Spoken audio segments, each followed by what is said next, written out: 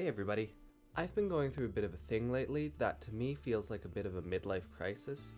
And you might think, how can you have a midlife crisis when you're only 20 years old? With the way our climate is going, I will be lucky if this is only halfway through my life. So I thought that this would be the perfect time to share some of the wisdom that I've gathered throughout my life. So here are 20 life lessons from a 20-year-old in a midlife crisis. Number 1, say yes to every opportunity that comes your way. And I mean like anything, even if it seems like the most wildest, craziest thing to you, and just the thought of doing it terrifies you, you should absolutely do it. There are going to be so many opportunities and so many chances, and you're not going to see any of them unless you agree to step outside of your comfort zone and just go out there and do things. Number 2, take pictures and videos of everything. I've never really been one to take a lot of pictures or to be there with the camera filming moments and everything, and so many times I've wished that I was, because there have been so many memories and days that I want to remember that I can't. I have nothing to look back on them from, and that's something that I've been trying to do a lot more recently, and part of the reason I want to do YouTube. Number 3, if you're doing something and it doesn't make you happy by the time you're finished with it, then it's not worth doing. And this might be really bad advice, and I'm not saying to just put yourself out financially and just make really bad life decisions, but if you're working at a job that makes you miserable, then you should not be at that job. There's always going to be something that you can do that you can enjoy, or at least be indifferent about. But I would not advise anybody to stay at a grind that makes them so unhappy, because life is too short for that. Number 4, if you have a problem with someone, and this is one that I have had a fair bit of trouble with in the past, and that's to actually communicate with them. And I don't mean go and be passive aggressive and make comments, or to even just approach the problem outright but in an upset fashion, but actually approach it calmly and rationally with the person that you're having the trouble with, and explain why it's a problem and things that could be done to make it better. Number 5, don't worry so much about imperfections in your appearance, and it's something that everybody does, and God knows I have had a lot of trouble with that myself, and I still do. And it's okay to care about those things and to try and make yourself as presentable and as attractive as you want to be. It's okay to care. The problem is when it starts becoming destructive, when you look in the mirror and you hate everything that you see, or you just spend so much time trying to cover up all of these flaws. It's okay to care, but don't let it become destructive. You have to find a nice, healthy balance. 6, read. And this one I cannot stress enough, because books are absolutely amazing. I love reading. They provide so much meaning and entertainment and escape into everyday life. A book can take you anywhere and any time that you could ever wish to go. And there are so many incredible authors out there that it's always mind-boggling when I meet someone who says that they don't really read, or they're not a fan of books. And I understand if it's not really your thing, but there's so much to be taken from them. There are so many lessons and advice and ideas. A couple of my favorites that I've always really enjoyed: Clockwork Lives by Kevin J. Anderson and Neil Peart. This one is a really, really great book about steampunk sort of world. The main character is kind of leading a nowhere life, and so she's given a special book by her father that writes out the stories of a person who puts a drop of their blood in the pages of the book. And to try and get her out of her house and out of her comfort zone and send her off across the world, she's tasked with filling up the book with memorable life stories. And it's a really, really good read. I'd highly recommend it. And before we move on, there's another series that I've wanted to put in that I've really been enjoying. The first book is The Strange Case of the Alchemist's Daughter by Theodora Goss, and it's sort of like a collection of so many famous literary characters and the daughters of mad scientists such as Dr. Jekyll, Dr. Frankenstein, and Sherlock Holmes is in here as well. And it's following the story of the daughters of these scientists who were used as experiment subjects by their fathers to try and advance the human race. It's a really fantastic series. I'm on the last book and I'm thoroughly loving it. Number 7, be constructive with your time. It's another thing you have to find a healthy balance with, because it's a lot of fun and it's really enjoyable and really easy to like spend a day just watching Netflix or playing a game or something like that. And that's great to do, that's fine. But just don't let it become every free second that you have doing something like that. You have to spend some of your free time doing something constructive that you enjoy. And if you've ever had the problem of days just flying by and it's way too fast for you to keep up, that's actually part of it. Time goes so much faster when you're doing lots of nothing. If you're doing something that you're actively enjoying or you're actively working on something, then time goes so much slower, and it's a great way to stretch the day and feel good about yourself. Number 8, don't be an asshole. I feel like that one is pretty straightforward. Number 9, and this one kind of goes along with the last one, but don't be racist, sexist, homophobic, transphobic, and just don't hate on any other kind of person who's different from yourself purely because they're different from yourself. None of these people are born choosing to be the way they are. Nobody is, and it's ridiculous to try and put somebody down because of something that they have no control over. And it's so honestly gutting to see that this is still something that has to be said in 2020. 10. This is kind of related to the last ones, and it's to be compassionate and understand that even though it's strange to think about, and it's like when you say a word over and over and it gets more and more abstract, but it's weird to imagine all these people that you see around everywhere being their own sentient beings and having their own thoughts and their own lives, especially if it's like a celebrity or it's somebody that you've always seen on a screen. It's hard to remember that they are actually people and they're not just objects or something like that. They all think and feel and live exactly the way you do. Don't treat anybody any way that you wouldn't want yourself to be treated. 11. Never stop learning. I graduated school about a year ago, and after I did that, I had no idea what to do with myself, and at that point, honestly, I was just kind of sick of absorbing things, but it didn't take long at all until I decided that I like learning things, and I think everybody enjoys learning things that they're interested in, and that's the key. In school, you're force-fed all this stuff that you couldn't care less about.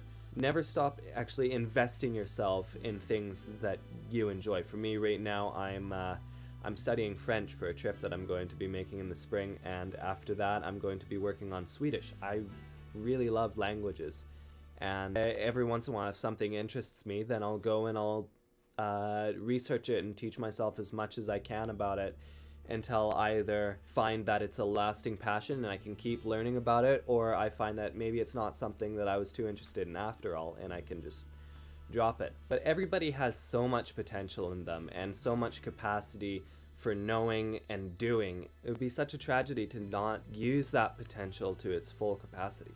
12. Stay healthy. And I know that this is something that a lot of people struggle with, and I know that not everybody has the funds to follow a vegan diet or the time to work out like 6 days a week, but there are always small things that we can do to try and improve our lifestyle and live a little bit better than we are. And even if it's just something like maybe taking the stairs where you were going to use an elevator or something like that, it'll only take like a couple more minutes, but it'll make all the difference, really. 13. Never, ever, ever scoff at something that makes another person happy. Because a person's interests and a person's passions are among the very most important things in a person's life, and nothing feels, I can tell you from personal experience, nothing feels as bad as being really proud or really enthusiastic about something and trying to share it with someone and having it demeaned or put down. Even if you're not interested in something that another person is being passionate about, share in their excitement. Be excited for them. So many people put things down just because they're not interested in it, or maybe they think it's silly, but it's not that way to everybody. Your own mindset is not the only one in the world, and I doubt you would like it if somebody laughed at something that you loved. 14. Everybody's heard the saying, blood is thicker than water, but the real, full, actual saying is the blood of the covenant is thicker than the water of the womb.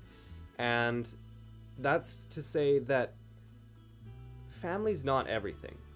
It's important, and if you love your family, then by all means have them as the most important connections in your life, but they are not given that position to keep simply because you were born with them. Some people have really terrible families. Some people have a lot of trouble with certain family members, and again, I can understand this myself, and through my whole life I've always had the notion pushed that family comes first above everything else. But I don't think that's true. I think the connections that should come first are the connections that you choose to have and the connections you choose to hold on to. And those don't have to be connections made by blood, but rather connections made by interest and by passion. 15. Nobody's passions are less important than yours. Nobody's passions are less important than yours, but nobody's passions are more important than yours either.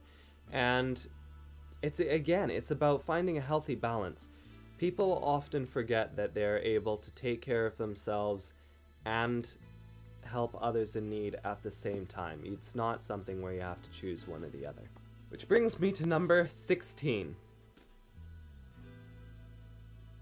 There we go. And this is to take care of yourself, and that's something that a lot of people have trouble with. Taking the time or the resources to just give themselves a good time for once and treat themselves.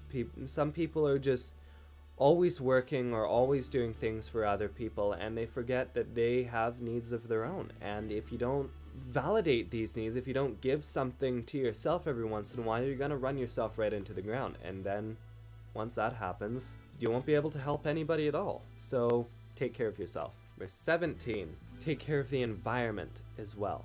And this is something that I've always been really, really passionate about as somebody who's grown up in the wilderness of the north. As much as I love cities and I'm going to be moving to a city, one of the few perks of growing up where I did is that I really get to see how important and how beautiful nature is. And for a lot of people who have never experienced it like that, then it would be easy to forget or easy to just put out of your mind. And not everybody has to make huge, mind-blowing sacrifices. Not everybody has to get rid of all their cars, although that would be nice, or to all live in communal houses and do all of this, make things that would completely change your life. But there are little things that everybody can do, and if everyone did these things, then so much of a difference would be made. Just things like taking a bike for a short ride instead of riding your car everywhere, and no littering, because another thing that still amazes me in this day and age is when I see people like driving down the road or something and they're just throwing garbage out their windows, and I'm like, number 18, do what makes you happy. And in this, I mean in the long run and in the short run, in everything. Follow your passions. Do what really feels important to you. And maybe it's something that isn't conventional, or it's not something that your parents or your friends think that you should be doing. But if it's what makes you happy and it feels important to you and it's able to create something constructive and productive for yourself and the world, do it. And even if it's not productive, if it's important to you, then it is important. Whether it's important to anybody else doesn't matter. If it makes you happy, then do it. Following off the last one is number 19, and that is to dare to be different and go big and go all out, because you've never seen somebody who's been really successful and really been launched to the heights of their career by holding back. Musicians like Elton John or Freddie Mercury, or actors like Robert Downey Jr. They are the very peak of their careers, and they got there because they had the guts to really put themselves out and put everything they had into their work, and they took the risk of it not going well, and that's something that you have to do if you want to really succeed at what you're doing. And finally, to close off, I think, is something that's very difficult to keep in mind, and this is number 20, and that is that you are special. And it's cliche and it's corny and it's been said 1,000 times before, but there really is nobody in the world like you, because lots of people have the same general passions or the same general interests, and I find that what really sets a person apart aren't big things, but rather all the smaller things, like just little ideas or quirks or habits. And these are things that I know you've all noticed in somebody else, and I know that there's always going to be somebody that you could think of, whether it's a celebrity or somebody you know personally, where you can be like, yeah, they do that little thing and I really like that, that's nice. But you can never see those things in yourself, and that's something that I've always known to be true. But the fact of the matter is that everybody has these, and the fact that you can see these in other people is just proof that you have them as well, and without a doubt, there are other people out there who will see them in you too. So even if you feel like you're nothing, or you're boring, or you're unlikable, just try and remember that you have so many unique traits and thoughts and ideas that are entirely your own, and there will always be people out there who can see that in you, and they'll recognize you for who you are. Moral of the story, you're amazing, I love you, and I want you to love yourself as well. And I guess that wraps things up here. So I guess I'll just continue my crisis. I'll probably go lay on the floor now and eat some cereal.